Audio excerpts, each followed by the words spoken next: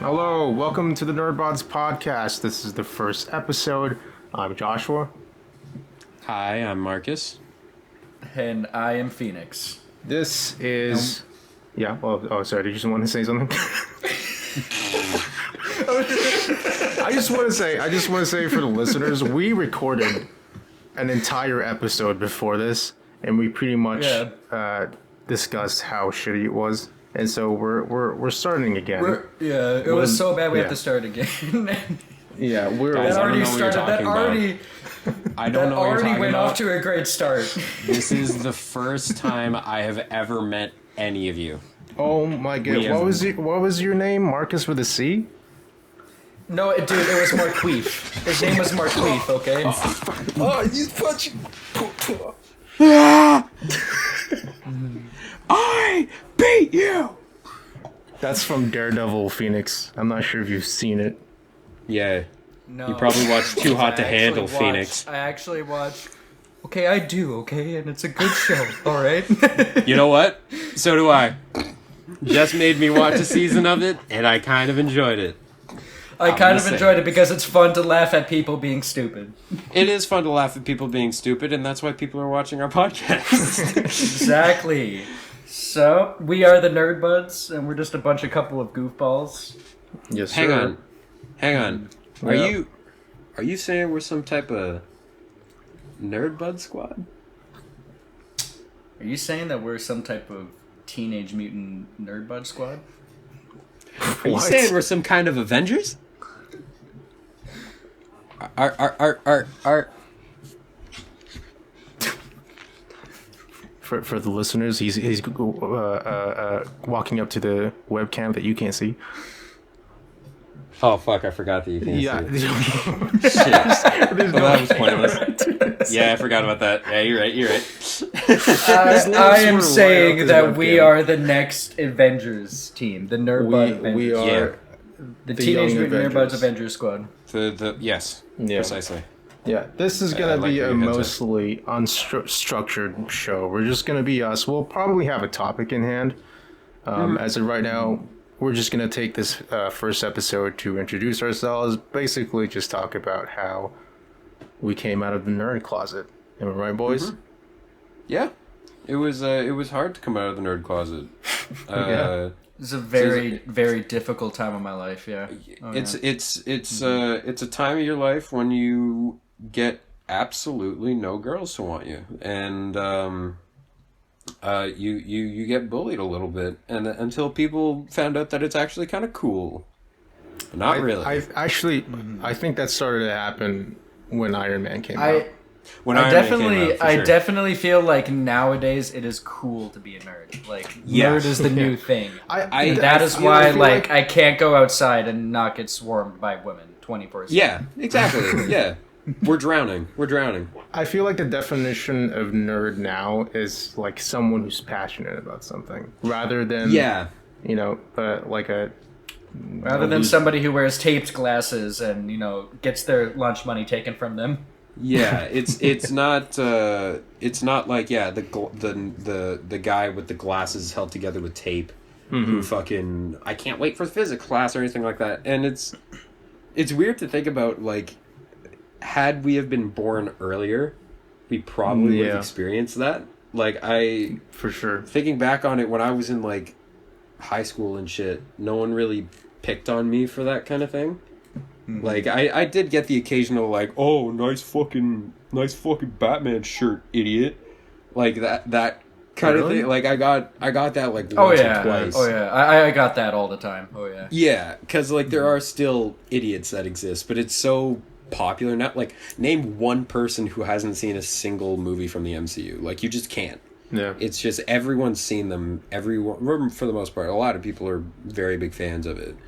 And, it's kind of weird to think that not so long ago people were getting bullied for this kind of shit. I mean, Marvel is basically mainstream now. It's completely mainstream. It's like the most mainstream that mainstream is. When like 2 decades ago, it was our own club, Yeah, men like us guys, we're at the top of the food chain now. That's right. We are the alphas. Mm-hmm. That's right. We eat all kinds of cats. All kinds. What kind of cats? I currently have 4 cats in my house right now. Recording. Yeah, and Josh, I see you with the emo Peter Parker haircut there. Don't try to. Yeah, if only there it is. People could see this. They don't know, but I'm dancing right now. Oh, I'm prepping myself for Spider-Man 2. Did you guys see that video of Yuri Lowenthal doing that dance at the panel though? Yeah, I did. Woo! Did you see it? That was awesome. Yeah, on Comic-Con. He's so funny. I love him. Awesome. I love Yuri so much. I like Josh Keaton, but you like Josh Keaton was Spectacular Spider-Man, right? Yes, but Yuri Lowenthal is my favorite Spider-Man. He's easily my favorite Spider-Man without question. He's my Kevin Conroy. To my Spider-Man. Exactly. He is the Kevin Conroy. Rest in peace. Rest R.I.P. R.I.P. God. Fuck. Damn it! No, I'm sorry. I made you think of that, Markus. Sorry, I made you think of that. No. That was a dark time in our nerd lives. That genuinely was a dark time for sure. It's like we actually lost Batman. That's what it felt like. It does feel like that. Like we definitely did lose Batman that day. He was my favorite Batman for sure. He still is, without question. Like even like. When my family would always look at me like I'm weird whenever I'd say this, but they'd ask me like, "Oh, who's your favorite Batman?" And I go Kevin Conroy. They're like, "Who the fuck is Kevin Conroy?" and I'm like, "How do you guys not know who this guy is? He's Batman. He's Batman." Yeah. They don't know. He's the Batman. It's like I mean, like it's just like I feel like Kevin Conroy and Mark Hamill were like the best like superhero villain duo. Yeah, for sure. Without question. It's literally perfect casting. Yeah, and like to hear like Mark Hamill say that he's probably not going to do the Joker anymore because he doesn't have his Batman. It's tragic, but it's also completely makes sense. It's like that's the best that way literally to made me tear up when I saw that video. That made me tear up really hard because it's I don't know. There's something so poetic about that. It's just so well, actually, I'm glad you brought up Mark Hamill because I can segue to Star Wars. I mean, I was gonna say this earlier. I feel like, you know how Marvel is in the mainstream now, and it's not considered sort of you're not considered a loser for liking Marvel. I feel like Star Wars doesn't have that same rep. It does not. Like, no, because here's the thing. Here's what my theory is behind that. Right? I think. The reason for that is that there are so many toxic and just over-the-top Star Wars fans that it's kind of hard to just be like a normal fan, like a casual kind of fan. It's like, I like Star Wars. Saying that you like Star Wars to a lot of people is like a red flag. And I think that's because it's been around for so long that there are so many people that are like that. With Marvel, it's more new. So if you say you're a really big fan, it's kind of like it's not as big of a deal. It's like, oh, they just like it. Don't get me wrong, there are a lot of toxic Marvel fans without a fucking question. Every fan group you can think of has insufferably toxic fans. Every single fandom out there has them. But with Star Wars specifically, a lot of it is also kind of like in the news. Like with the stuff that they did to like Daisy Ridley and like the girl who played Rose, they both like deleted their Instagrams because of all the death threats and all that kind of shit that they got. The stuff that actors get for just simply playing a role, which isn't who they are at all, is just I've never understood why people do that. It's mind-blowing, and also at the same time, it's not even a thing where you can say, like, oh, you should be directing that to the writers. And it's like, no, you shouldn't be directing that to anyone. Because, it's Star Wars. It's something that's very important to a lot of people. I fully understand that. It is important to me. It is more than okay to dislike something, but to go and start, like, attacking people... That's like immoral. Nothing is worth that. Nothing's worth that. No, not at all. And it's a horrible fucking thing. Like it's terrible. Oh yeah. Because man, like the hate that. What am I trying to say? What I hate a lot is when it's like my opinion is the right opinion, and if you disagree, you're a piece of shit, you suck, and you don't know anything. Like, agreed. I cannot stand that take so much. Like, I'll say this right now. There are a lot of movies that a lot of people like that I don't like. And, and everyone is the same way. It's because we have opinions. Like, it's that simple. It doesn't make us stupid. It's just, it is what it is. Like, good example. I feel the same way. Right? Yeah. It's like, good example is, and I'm pretty sure Josh and I agree on this. I don't know if I talked to Phoenix about this, but... Okay. I really don't like Spider-Man Far From Home. I really dislike that movie very strongly, but I know there's a lot of people that really enjoy it. Does that mean that whoever enjoys it is a piece of shit who doesn't know anything about movies? You want to know what's crazy about you saying that is I actually really like Far From Home. Well, fuck you, you're a piece of shit. I'm kidding. No, I'm sorry. What the? You know what? I was just about to say that, but I'm not going to shame you for not liking it. And then, You know what? Joking. I am. It's a fucking good movie, okay? No. Well, listen, like, I completely agree with what you're saying, because I've always said to people, art is completely subjective. And I feel like that's what makes art so beautiful, is that anyone can have their own interpretation of it depending on their own individual experience.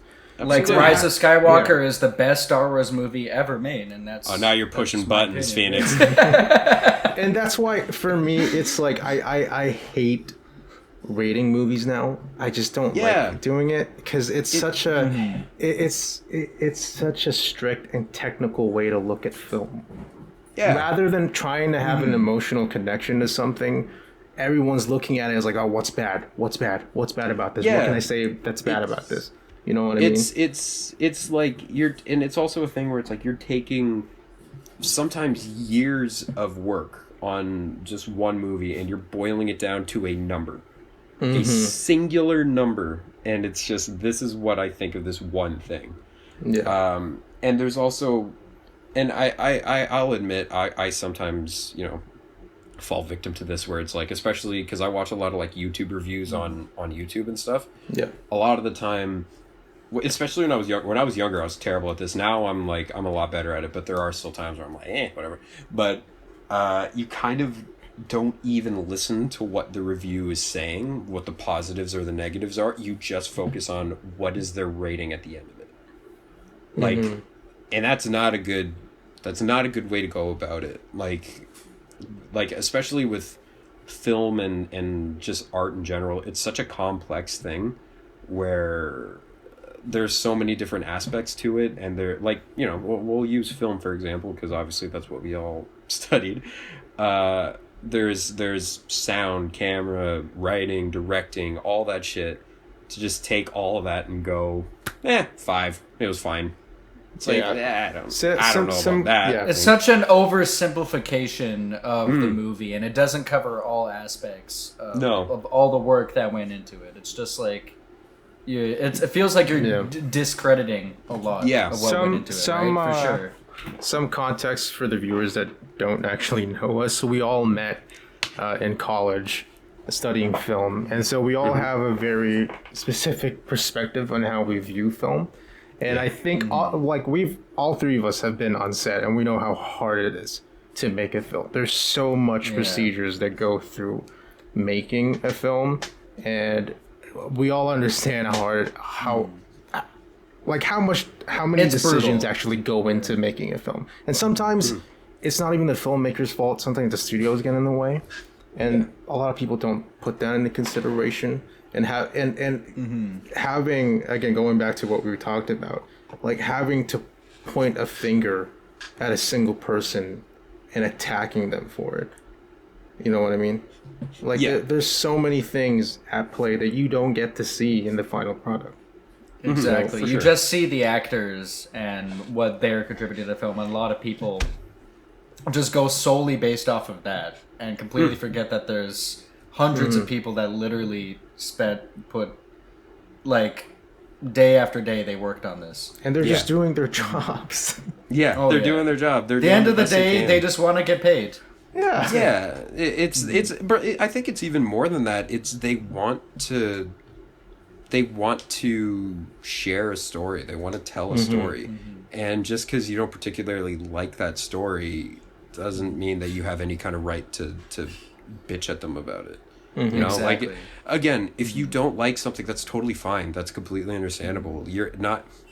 No one's going to agree that one thing is great or one thing is bad. Like, that's just the way the world works. That's just how human beings work. That's the beautiful thing about art as a whole. And nothing that we say is going to change anything, but this is just us kind of rambling. It's not like someone who's writing a hate email to fucking Daisy Ridley or some shit is going to stop going, I need to reconsider my actions. Like, it's thanks, like Nerd Buds. I was about to write a hate email, and then Nerd Buds changed my life. Yeah. It made me so it's just kind of dumb. It's like, imagine doing something for a living that you love and then getting attacked for it. Yeah, exactly, right? It's so sad, yeah. Your life's work, everything that you love doing, and, you know, you turn in, like, a performance or a film or whatever that you're genuinely proud of, and then immediately it's just kill yourself. Like, whoa, holy shit. Goddamn. Yeah. We're not launching rockets into space or something. Like, it's not that serious. Like, obviously, it's what we love doing, and it's, you know, it's our passion and everything like that. But it's not like life or death type of shit, and people are just blowing it way out of proportion. Exactly. But so, that's the type of nerds that we are, and we're the type of nerds that when we hear someone else's opinion, we're not going to just shame them for it, and that's what I like about us is that we are genuinely open. Yeah. So for any listeners out there, I mean, if you like, we're going to be interacting with you guys in the comments and Instagram and everything. So. If you want to share your opinion on anything, we would love to hear it. For sure. I remember this. Our topic was actually supposed to talk about like how we started out as nerds, but I just want to say, like, in my past, I totally was one of those like obnoxious like film nerds. I was like, oh, same. No, 4 out of 10. 4 out of 10. No, I don't know. I don't know how I felt about that. The pacing was off. Yeah. And also, my worst crime was telling people not to watch something just because I didn't like it. Oh, yeah. I refrained from doing that. I do not tell people to not watch something anymore, even if I don't like it, because they may have a different opinion. You know, watch it yourself. Make your own opinion. That's what I said. Yeah. I think it's also important to clarify that we are definitely gonna kind of joke about that kind of thing, like what we did to Phoenix when he talked about Far From Home.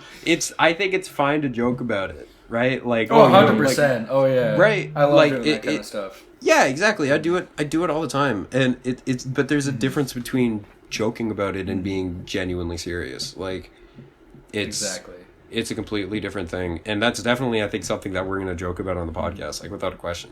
Yeah, totally. Yeah.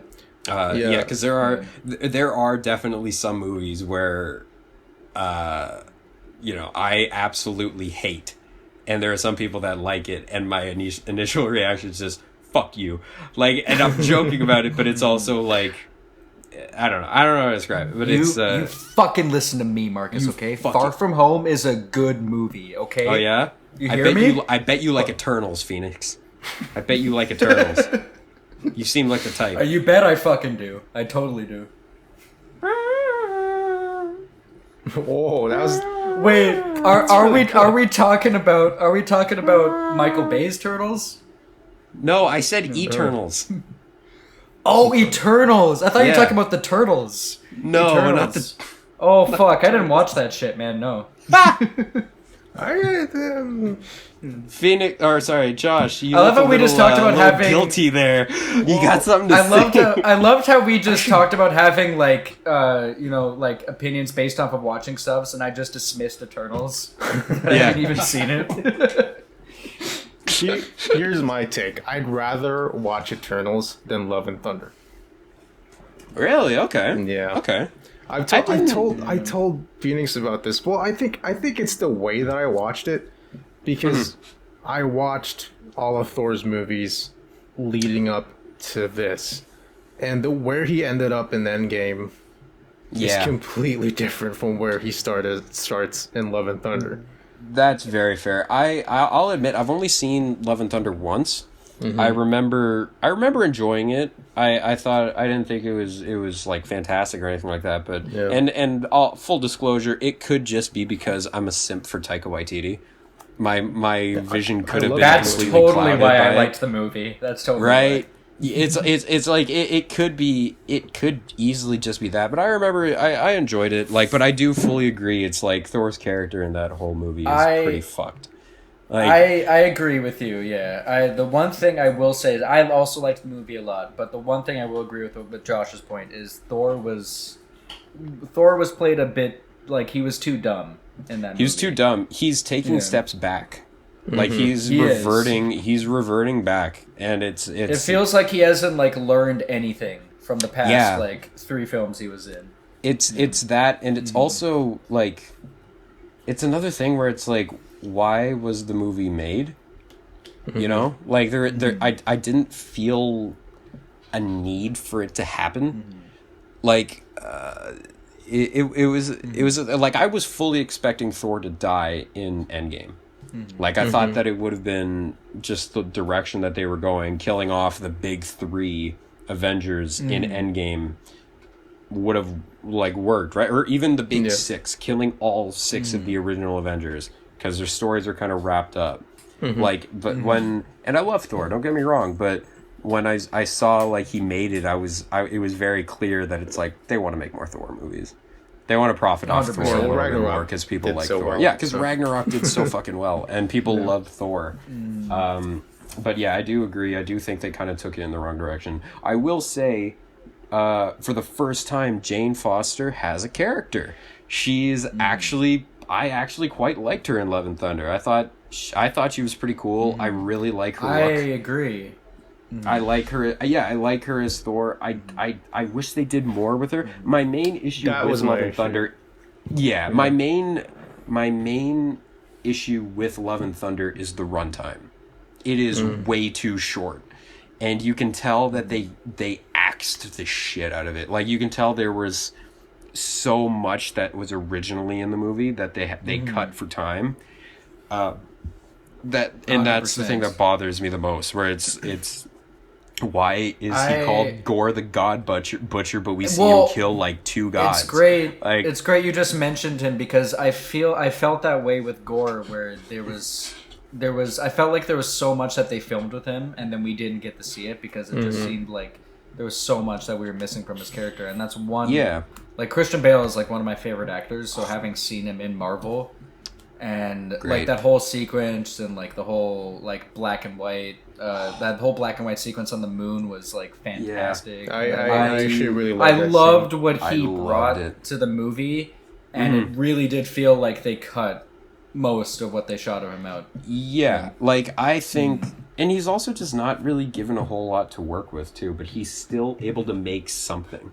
Like, he was intimidating beyond fucking belief. He was so creepy and like weirdly charismatic, kind of. Yeah. But also he had like the perfect like mesh of like goofy but serious.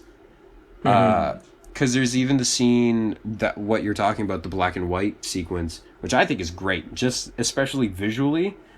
It's all black and white, and then the lightning on Stormbreaker and on Mjolnir is blue and like bright blue, and then Gore's eyes are bright yellow, and it just really makes it pop. Like, oh, that's perfect. And he's getting right up in Thor's face, telling him to call the axe and shit. I'm like, oh my god, you're so fucking creepy. You're so creepy. I want to see more. But it doesn't. They don't really do much with him. It's one of the greatest actors working, and they don't do a whole lot with him, which is another kind of disappointment, I think. Well, see, that's the thing. It feels like they really prioritize comedy with that film, rather than giving a chance to breathe and just let the characters have emotional moments. Like, I honestly, I was super down to see Jane Foster back, and I was actually super excited to see her back. But yeah, I was let down that by the end of the film, spoilers, when she dies, I didn't really feel anything. You didn't feel much, yeah. It's you don't feel a whole lot, and what I felt was, oh shit, really? Like you brought her back just to kill her off immediately? Like that's it's kind of a waste. And it's another thing what I'm talking about, where it's like, what's the point of making the movie? Because you could have justified it as, oh, this is a movie that introduces the mighty Thor. It introduces Jane Foster as Thor. Yeah. But then they just kill her off, and it's like, okay, well then what was the point of the movie? There's really nothing. It doesn't progress Thor's character much. Do we think? Yeah, I was just gonna say, do we think that Thor learned anything from that movie? Like, he learned. That's the thing. What he learned was, I guess he learned something new, which was the whole like, it's better to have loved and lost than to not experience it at all. Which I guess that is kind of an important thing for him because of all the people that he's lost in his life. But at the end of the day, it's kind of like, all right. Yeah. I guess. As and now long he has as like a daughter. Like, they bring that up in the next movie, I feel like it could be good. Yeah, and if he doesn't forget another lesson again. Yeah, and that's even because Chris Hemsworth has even said that like he wants his next Thor appearance to be his last. Right. Yeah. Because obviously, I don't know if you guys have seen like what happened with him in the documentary series about him on Disney Plus. You saw that like he has a higher risk of Alzheimer's, and that kind of thing. So he's kind of taking a break from acting and shit. Side note, kind of, that would be a great way to introduce Kang to the Avengers if he just kills Thor right off the bat. Like, picture the beginning of Infinity War where Thanos beats the shit out of the Hulk, except he actually kills him. Oh, that's what I was just thinking. Oh. Right? Like, that would be a great way of going, holy fuck, this guy's dangerous. This guy is really dangerous. Speaking of Kang, honestly, I'm at a place. Oh, sorry, Josh. Yeah. No, bring up yours first. I'll come back to mine. It was a quick side note, but I do think that I'm at a place with Thor where if he were to just die like that, I don't think I would really care that much. I think that sucks. I think I'd care because of who he was, not who he is in Love and Thunder. Because him from like Ragnarok to Endgame is like peak fucking Thor. That is like, he is such a good character in all those movies. He's given such good material and so much to work with. And then Love and Thunder, if they do him right in the next one, then I will definitely feel something, and I'll just kind of go, well, Love and Thunder, yeah, whatever. Well, this is their chance. If they're gonna do another one, this is their chance to just kind of, get back on course. Yeah, to get for sure. Love them again. Yeah, absolutely. What were you gonna say though, Josh?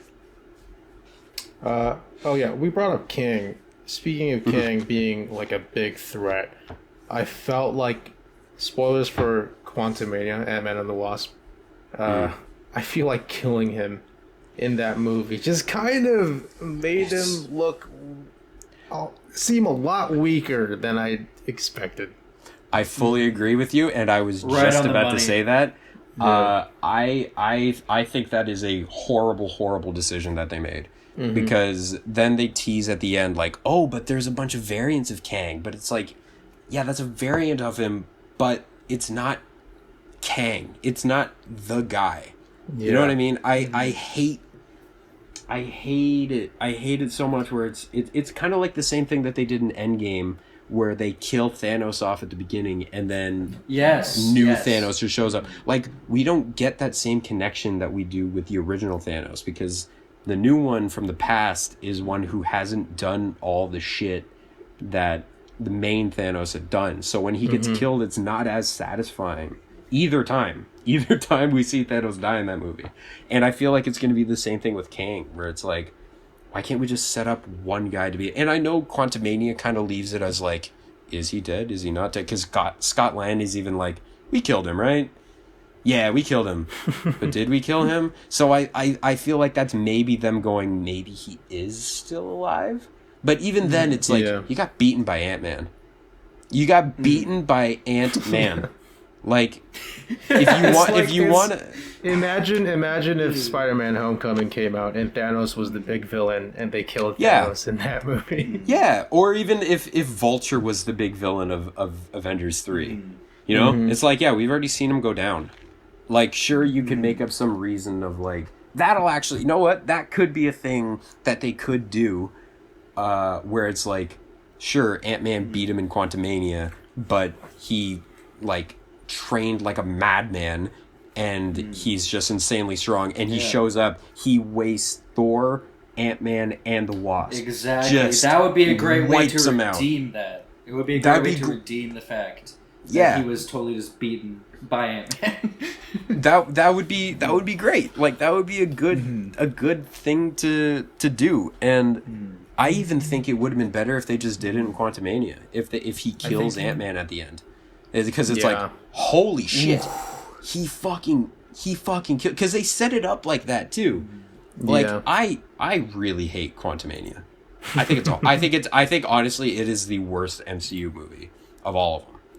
It's funny actually. That was the very first thing I said to Abby when we finished the movie. Was I looked at Abby and I said that has to be the worst Marvel movie I've ever seen. Yeah, I think I said it to Jess as well. Like, it was a painful sit through, but it's like, and one of the things that irks me so much about that movie is the ending, because they set it up as, holy shit, Kang's gonna fucking kill him, and then just out of nowhere they open the portal again and get him out, and it's like, what's the point? You show in all the trailers Kang beating Scott Lang's head in, he's bloody with a busted ass mask, and then you're not just gonna kill him? Like, just kill him. No. Kill him. We love Ant-Man. I love Paul Rudd. Paul Rudd's great. I love seeing Ant-Man in the movies. He's fun. He gives a good energy, but for storytelling, kill him. Well, actually, exactly, and I feel like that love that we have for Paul Rudd, and also just Ant-Man in general as a character, having him get killed by the new big bad could be very, very impactful. Especially if you're setting up him as the new Thanos, basically. It's just such a weird decision to kill him in an Ant-Man movie of all movies.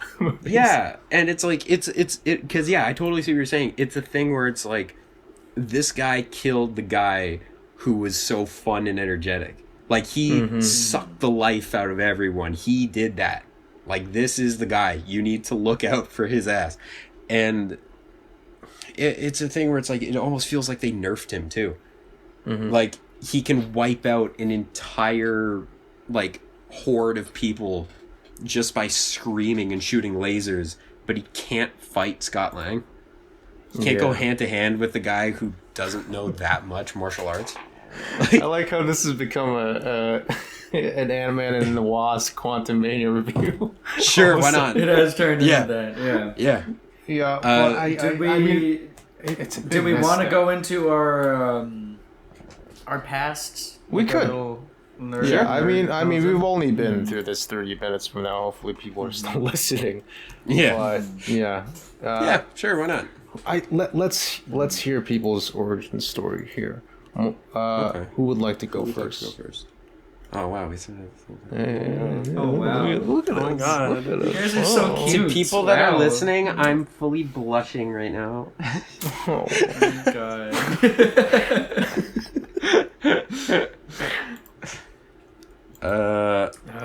I guess I'll go first. Go ahead. So, I have vague memories of it. It's one of those things where it's like I just kind of always grew up with like superheroes and with comics and the movies and stuff like that. Yeah.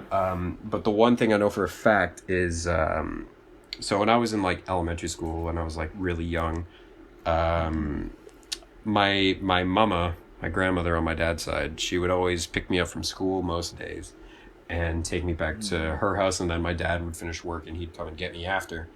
But when I was at my mama's house, I would watch the original Sam Raimi Spider-Man movie that was on. Wow. I think it was on VHS. I don't think it was on VHS. I'm pretty sure it was DVD.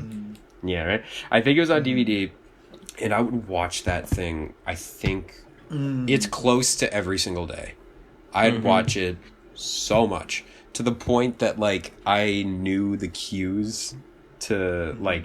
You remember that scene where Norman and Harry hug, and then out of nowhere, there's a really stupid Green Goblin jump scare?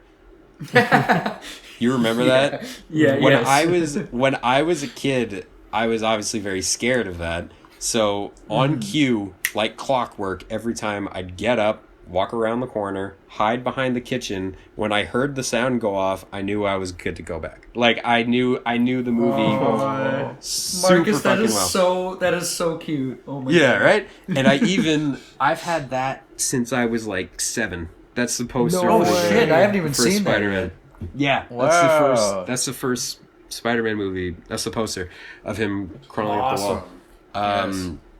So yeah, I think Spider-Man was kind of my gateway into all that kind of stuff. And, you know, like my dad always showed me stuff like that. He got me like some older comics and stuff that I didn't really read. I just kind of looked at pictures and shit, which I think also led to me drawing. And then, you know, there's stuff like The Incredibles and this is going to be difficult for me to describe, but I know at least one of you knows about it. The 2004 animated Batman show that was just called The Batman. Yes. Oh, yes. And at the end of the theme song, it's like, The Batman. You remember that? I know exactly what you're talking about. You know what I'm talking about, right? What's the actual name? No. It's just called Batman. I remember seeing it. It's just called Batman. 2004 to 2008. Yes. And it's got a very unique art style. That's not... Bane looks like a gimp. And I remember specifically because of Joker's design. Joker's design is crazy. It's very insane. Distinct. That show was my introduction to Batman. It was the first time that it was, I think so. I'm pretty sure. I'm pretty sure it was my first, because it's another thing where it's like, I just kind of feel like I've always known who Batman is. And it's kind of hard to pinpoint where exactly I learned about it, but I'm pretty sure that's what it was. I remember watching like the Batman versus Dracula movie, and I distinctly remember I was eating sugar cookies with my mom and my sister when we were watching it, because we got it from Blockbuster. And I was like, this is the coolest fucking movie I've ever seen. Yeah. Oh, dude, that just made nostalgia hit me so hard when you said Blockbuster. Yeah, dude. Oh, wow. Yeah, it was, you know, like, it was always Batman and Spider-Man when I was growing up, which I don't think is... I don't think Hashtag bring back Blockbuster. No way, with Netflix now? No. Oh, no. I don't think it's really an uncommon thing for Batman and Spider-Man to be your ins to superheroes or anything like that, but they were definitely 100%. mine. Yeah. And yeah, really from there, I kind of just took off. I just started learning more about different superheroes. I dumped a shit ton of money into a lot of them. And one thing that he's not stating too is that he's also a really great artist, and he posts so many nerdy artworks on Instagram all the time of like Spider-Man. There was one I saw where he drew the Mandalorian, and it looked so fucking good. Well, see right there, for the listeners right now, he just held up an art that he did of the screenshot from Insomniac Spider-Man 2, and it looks amazing. I'm not saying I'm hard right now, but I'm not flaccid either. I just finished. I can smell it. Oh God! Was I not supposed to say that? I'm in New Brunswick and I can fucking smell it here. Oh fuck yeah! Wow. Circle jerk time, boys. Is it bad that I can't smell it? Got that far? All right, guys. Now's the time where you tune out. We'll be back. We'll be back after a short recess. We're gonna take a 40-minute intermission. All right, and we're back. Welcome back to Nerd Buds. Oh, okay. Marcus is just wiping his mouth. Is anyone else really profusely sweaty right now, or is it just me? I need to... What just happened in the last minute? Josh, what do you mean? It's been 43 minutes now. Yeah. Come on. No, I mean, we were just talking about Marcus's origins, and then suddenly we're talking about whatever we just talked about. Don't even worry about it. Yeah. Phoenix, you want to go next? I guess I will. Yeah, I'm trying to go last because I honestly don't remember much from my childhood. You save the best for last, I guess. Yeah. You're gonna have to outdo all of us, Josh. I will. You will. I got you. Mine starts off with a banger. Okay. A long time ago in a galaxy far, far away, in the little town of fucking nerd, in the little town called Georgetown, there lived a boy named Phoenix Christensen. I don't know where I'm going with this, but either way, I started my nerd journey kind of started with video games. Actually, I remember when I first, like, my dad got me the PS2 for my birthday as my first console, and I remember the very first game that I played was Ratchet and Clank. And it's a series that has always resonated with me so much, and I've played every single game that has come out for it, and it's one that I always look back on fondly, you know, as like, this is the game that started it all, like the very first Ratchet and Clank game. I don't know how you feel about your first game, Josh, but I mean, for me, it's something that when I look back at it, I smile a lot, and I remember that's how I get started on video games, and then my kind of introduction to like going into superheroes was when I played Batman Arkham Asylum. Oh, that was your first introduction? And that was actually like I remember obviously I saw Batman stuff before that, but I never was fully committed to it until I played those games. And keep in mind that's Kevin Conroy, like our Batman Jesus.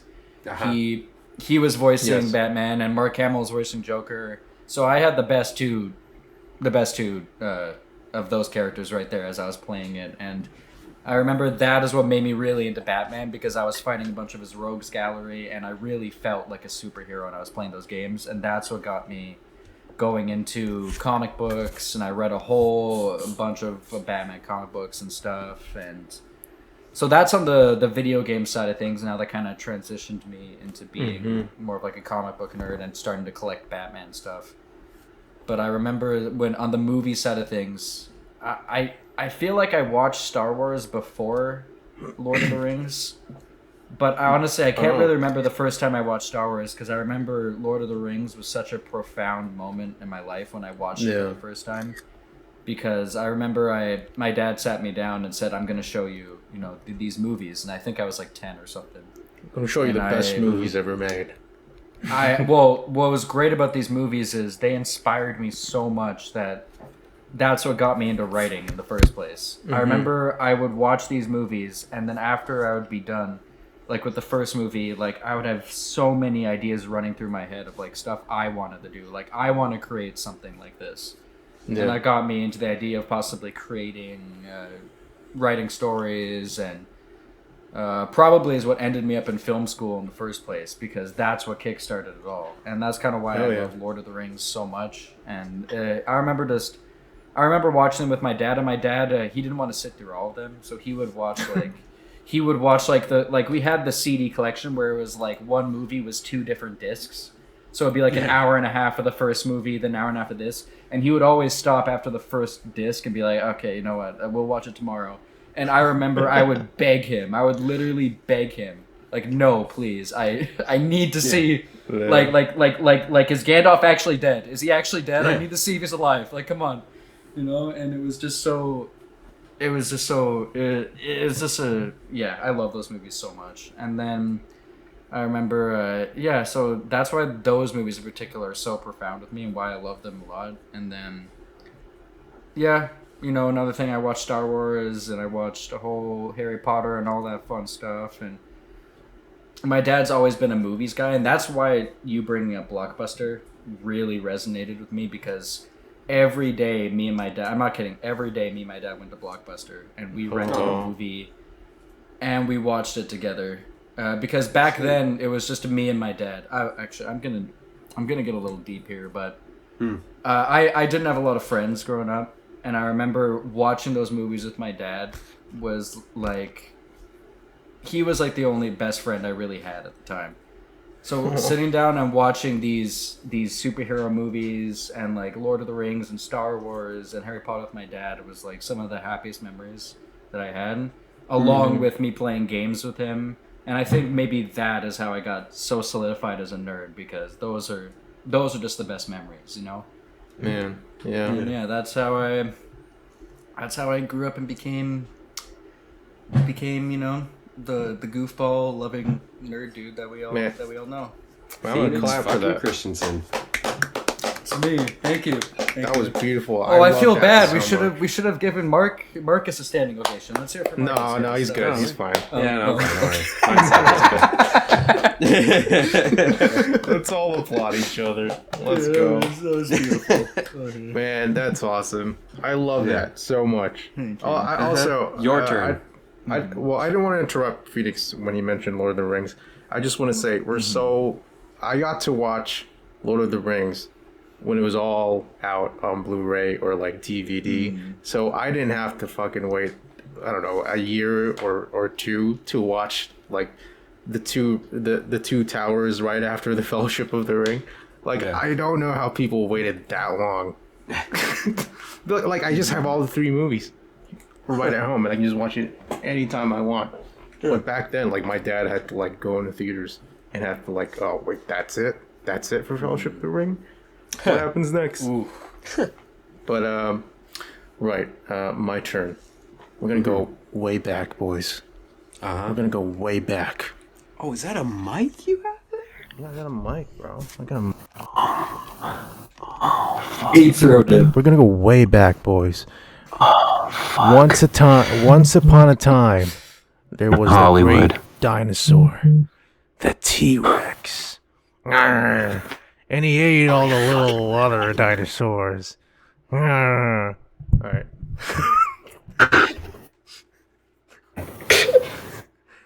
That has nothing to do with I knew it. My past. But I thought you were gonna do some Jurassic Park shit. Actually, it's good that I'm going last, because I feel like as I'm listening to you two talking about your experience of eventually growing a very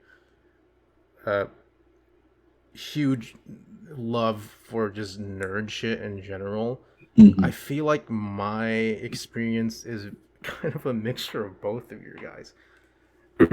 Because I grew up with Spider-Man, and similar to Marcus, and also I a lot of my love for movies and just nerd stuff, it came from my dad.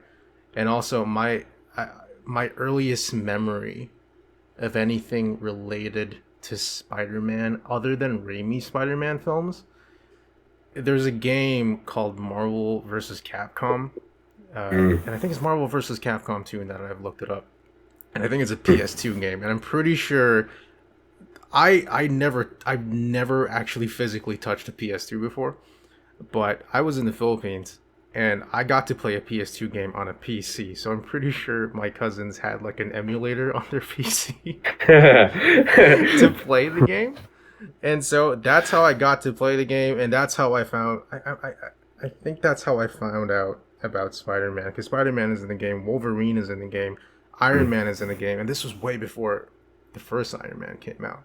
So I feel very cool when I tell people that I knew Iron Man before the movie came out. I brag about it all the time.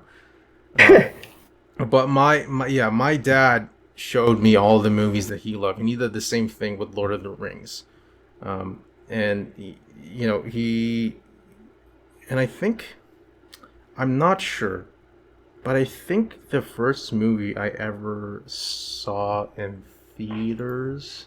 Hold on, let me check. What year did this come out? Okay, this is probably wrong. But I was under the impression that maybe my first movie was The Hulk, like with Eric Bana. Oh, 2003? Jesus. You were born in what, 02 or 01? 01. 1, yeah. So... Because you're younger than me, right? I think we're all the same age here. I think. Aren't you 2001, Marcus? I am, yeah, but I could have sworn that like I'm a month older than Josh, and I held it over his head for a really long time. So I'm usually October. Fuck you. I'm August. So. Fuck. That's right. Wait, are we August, September, October? Dude, Yes, that's actually we kind are. of sick. That's kind of cool. Hey, look at that. That is kind of cool. Yeah. But yeah, that is the earliest I can remember. But my dad was never a fan of Star Wars, so he never introduced that to me.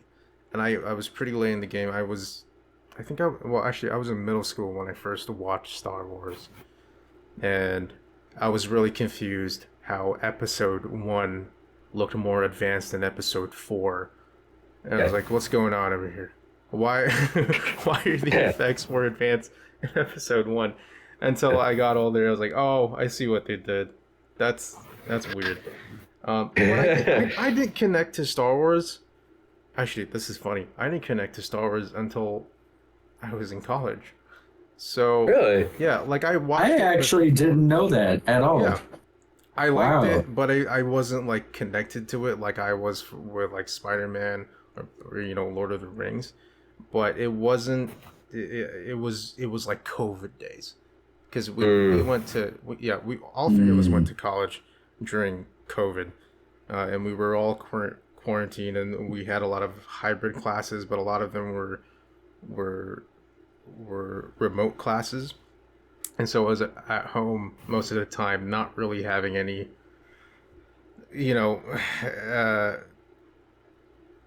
I wasn't really socializing with a lot of people outside of my own home, which really brought me down, and I was hitting a real low, and for whatever reason, I just got, at the time I just got Disney Plus, and I just started playing A New Hope, and I shit you not, this is not like, I'm not trying to like exaggerate this, that the Binary Sunset came on, and I just started crying. I was watching it sideways. I was on the couch. I was just watching it like this, and my tears just went down the side of my face. And I was like, why is this so beautiful? And I don't think it hit me until then, but it almost felt like, with quarantine, like I was stuck at home. Like I felt like I wasn't progressing or anything. And Luke looking out into the two sunsets. It's like he's a farm boy, but he wants more. He wants, and he eventually does more, as we see through the later movies. But it's just like I connected with Luke, hence why Luke Skywalker is actually my favorite Jedi. If you could call him a Jedi, is he technically a Jedi if he didn't actually go through all the Jedi training? I think 10,000%. Oh yeah, for sure. Yeah, he's my favorite Jedi. And then I saw Clone Wars, and I think Ahsoka took the spot. So that is my nerd origins. That was nice. Yeah. Cool. I think all of our stories have the common theme of our fathers are very influential. Are the ones that taught us. Yeah. Well, what I like about that is that I always dream that when I have a kid, I'm gonna be the father that shows them all the stuff I like. I'm gonna show them Lord of the Rings. I'm gonna show them Star Wars. I'm gonna sit down and be like these are the games that I like. I hope you like them too. I don't know. That's what I think about when I become a dad. I'm gonna buy a bunch of duct tape and those like portable like potties shit, and just stick it to them. Leave them on the couch and put a 100-hour marathon of all the movies that I grew up with, and they are never leaving that couch. No, I don't know why I started giving an exit in the middle of that, but there you go. I'm gonna get the thing from what is it, Clockwork Orange, where it like takes her eyes and like does that, and then I'm going to instead of duct taping them to a potty, I'm gonna duct tape them to a chair. And if they gotta poo or pee, they can just do it. Like that's how we roll in my household. If Jess has a problem with it, she'll you guys inspire me. You guys inspire me. Oh yeah. Yeah, I fully. That's what I'm gonna do. But yeah, like I think that's actually kind of interesting that all of us, it's like our dads are so influential, because like my dad, he showed me Star Wars, and like I mentioned, like he introduced me to drawing, especially. Like I remember, so my dad is a very talented artist. It's a thing that runs in my family. Like my aunt is a professional artist. Like she does it for a living. Wow. Like she paints and she does all that, and that's her job. Like that's what she does. And so art really runs in my family. And I remember I would always run up to my dad with pictures, and I would go, draw me this, draw me this, draw me this, draw me this, blah, blah, blah, blah. And one time, I think I might have only been like 4 years old or something. And I distinctly remember I brought him the cover of The Incredibles. Like the hero shot where it's the cover of The Incredibles. It's like, it's Mr. Incredible and Dash and Mrs. Incredible. And I told him to draw it for me, and he just looked at me and he just went, "How about you do it?" And dude, that's a movie moment. No, yeah, right. And I said, "No, I don't want to. I it's not gonna look good." I was 4 years old when this shit happened. Oh my god! And he was like, "Just do it. Like, I don't want to keep drawing you these pictures." And Marcus, you got tired of your shit. Do it. And so that was the first drawing I ever did. And man, that brought a genuine smile to my face. Yeah, that's so cute. It is a pretty, it's a cute thing. And then kind of from there, I kept going, and I never stopped drawing. Like every day I draw when I was a kid. And then that led to me going to high school for drawing and for painting. And I never painted in my life. No. I did, yeah. I went to. Wait, so you went to a high school that was specifically for like art students? No, it was a program. We have an arts program. So I went to Mayfield, and there's the arts program there. It's like music, dance, art, a bunch of other stuff. And I was in the visual arts program. So that did everything from like drawing, we did painting, we did sculpting, we did all that shit, most of which I never did in my life. It was horrifying. But yeah, from there I kind of learned, I was like, I don't want to draw. Like I enjoy doing it, but this is not something I want to do for the rest of my life. This is a hobby. There's so many fucking rules and all this other bullshit, learning about art history that just whatever. And then I remember specifically, this is actually another cute story. My parents have been very influential, if you can't tell. But so it's grade 12, and I have no fucking clue what I want to do for the rest of my life. I don't have a single goddamn clue. And so my mom was very supportive, and she basically told me, because it was around the time where it's like you have to pick the 5 courses that you wanted to apply to for colleges and stuff like that. So you select them based on like how much you want to get them, send it to the school, and then they'll send out your application and all that kind of stuff. And my mom basically just told me like, okay, how about you select a couple like business courses for like whatever as a backup, so that, and while you're in college, it just gives you some time to figure out what you want to do. And if you graduate with that business degree, that's a good thing to have in your back pocket, of just like, hey, I studied business, blah, blah, blah. I was kind of decent at math, applied math. I was good at applied math. And I was like, all right, sure. And she told me like, okay, just throw in some other stuff you think might be cool as well, just because fuck it, why not? And I was like, all right. And I was going through, and I saw FMTV for Humber, and I was like, I like movies, fuck it, why not? And I just put it at the bottom of my list, because I was like, I'm not riding on this a whole lot, it's whatever. And I showed it to my mom. I showed the sheet to my mom before I submitted it, and I'll never forget these words. She looked at me, she saw that it was at the bottom, and she said, I can't see you working behind a desk for the rest of your life. I can see you working behind a camera for the rest of your life. And yeah. And so I moved it from the bottom to the top of my list, and then I ended up getting in. I did not expect it, because I got accepted to business at Humber.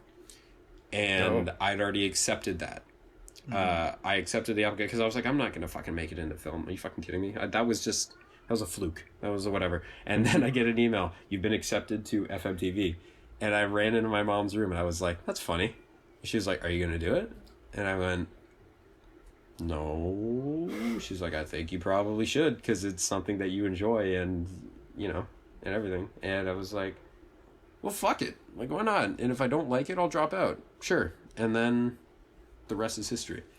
Hey. So it's that's beautiful. it's literal nerd chills right now.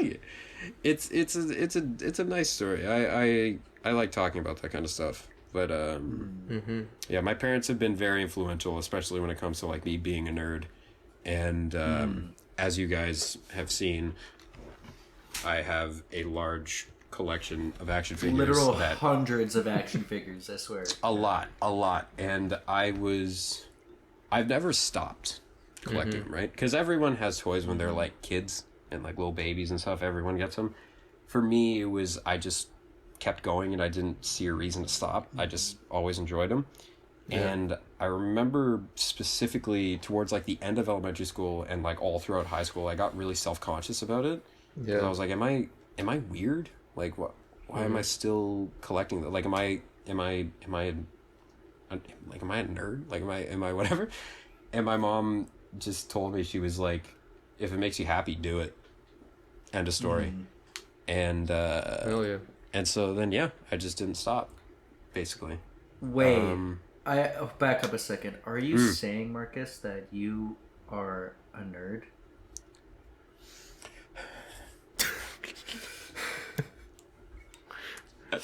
He just came out of the nerd closet, guys. He did.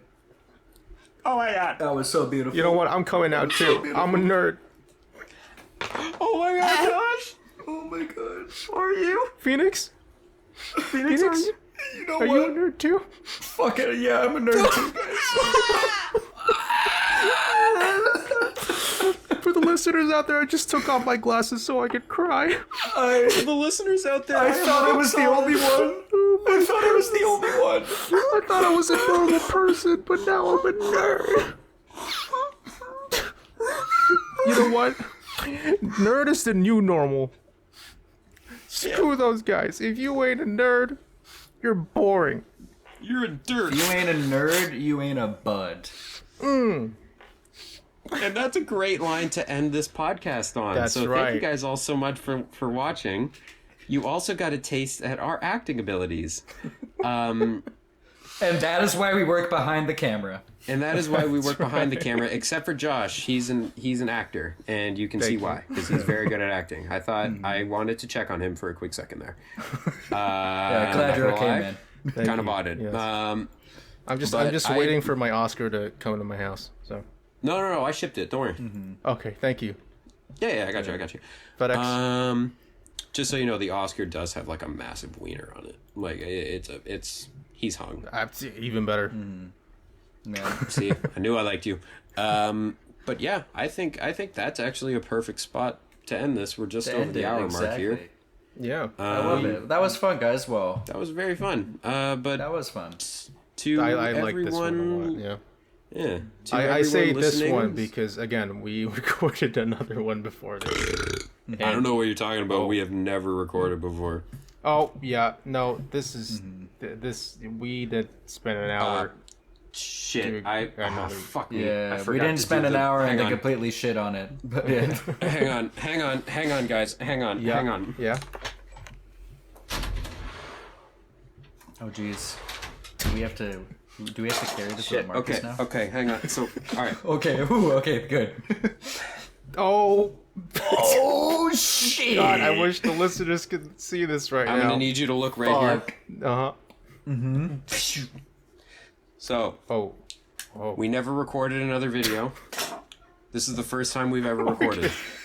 We're not recording video for this. I know we're not. This is for our amusement. I just Men in Blacked your ass. Thank you all so much for listening, honestly. And I don't know who's listening, but if you are listening and you enjoyed this, please share it to other people. If you're a nerd like us, that'd be really helpful. Phoenix, could you let them know where else they can find us?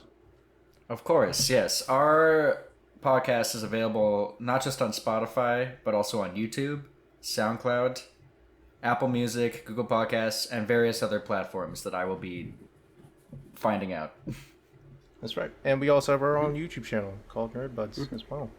And an Instagram. Everybody's exactly. We'll also be posting some different types of content on there, but yeah. That's right. And with that said, my name is Phoenix. My name is Joshua. My name is Markus, and thank you all for listening. Thank you. Bye-bye. Bye. Bye-bye. I just waved again as if they're gonna see me. You dumb son of a bitch.